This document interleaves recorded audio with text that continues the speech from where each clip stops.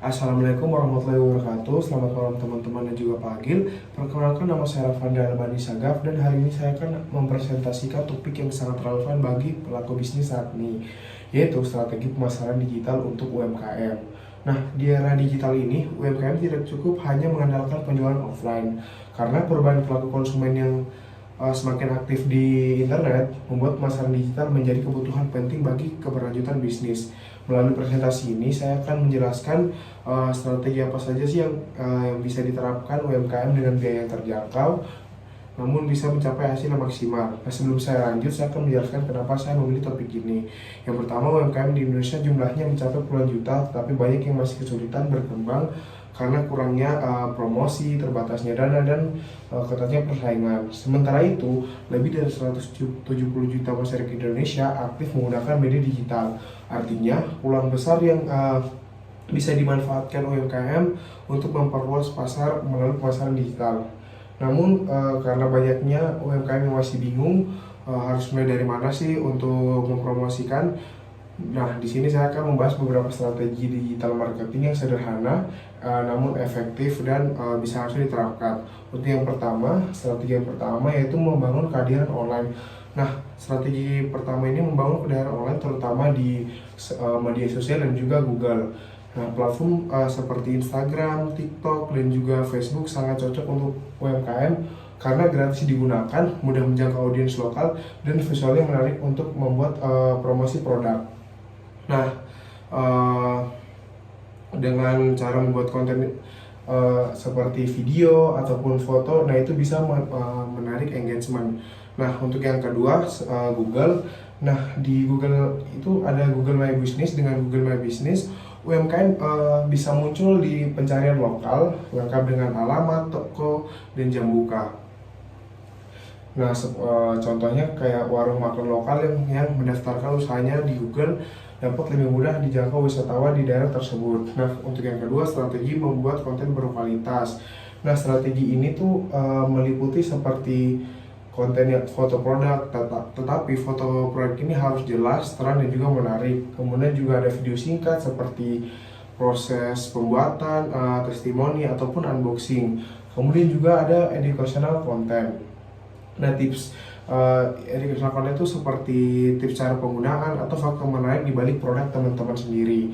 Nah, kemudian ada storytelling seperti kisah kenapa teman-teman buat produk teman-teman ataupun proses kreatif dalam membuat produk teman-teman. Nah, kemudian juga ada yang namanya itu prinsip konten berkualitas. Yang pertama tentu saja informatif, visual menarik, konsisten, dan juga memiliki call to action seperti DM to order atau klik link di bio.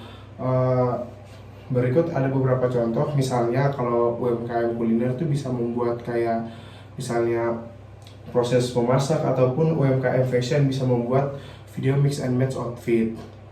Kemudian strategi ketiga, menggunakan iklan digital berbiaya rendah. Nah, strategi yang ini itu bisa teman-teman lakukan menggunakan beberapa platform aplikasi ya, seperti Facebook Ads, Instagram Ads, dan juga TikTok Ads.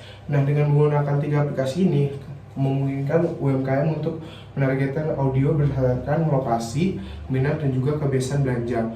Dengan modal mulai dari 20.000 saja, teman-teman bisa menjangkau ribuan orang. Misalnya penjual makanan di Bandung ingin mengatur target iklan kepada pengguna usia 18-35 tahun di wilayah Bandung. Ini sangat membantu UMKM untuk meningkatkan visibilitas penjualan. Kemudian ada strategi chat commerce.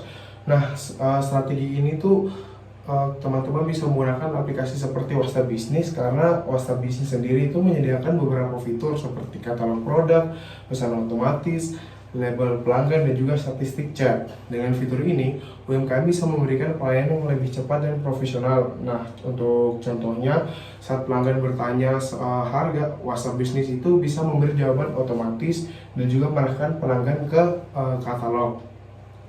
Kemudian ada strategi analisis data dan evaluasi. Nah, digital marketing ini memberikan kemudahan dalam mengatur hasil UMKM, karena UMKM sendiri bisa memeriksa post mana sih yang paling banyak dilihat, atau jam posting yang paling efektif itu jam berapa, jenis produk apa yang diminati, terus juga sumber pelanggan itu datang dari mana saja. Dengan data ini, strategi dapat diperbaiki. Terus juga ada contohnya ketika konten video lebih banyak daripada konten foto, maka UMKM harus berfokus pada membuat konten video yang lebih banyak. Nah, baik, mungkin itu saja beberapa strategi yang dapat saya sampaikan. Nah, sebagai kesimpulan, pemasaran digital adalah peluang besar bagi UMKM untuk berkembang. Beberapa strategi yang saya sebutkan tadi bisa langsung diterapkan. Contohnya membangun kehadiran online, terus membuat konten yang berkualitas, terus menggunakan iklan digital berbayar. Nah, itu semua bisa langsung teman-teman lakukan agar dapat menjangkau audiens yang lebih banyak. Dengan langkah-langkah ini, UMKM dapat menjangkau lebih banyak pelanggan dan juga meningkatkan kepercayaan.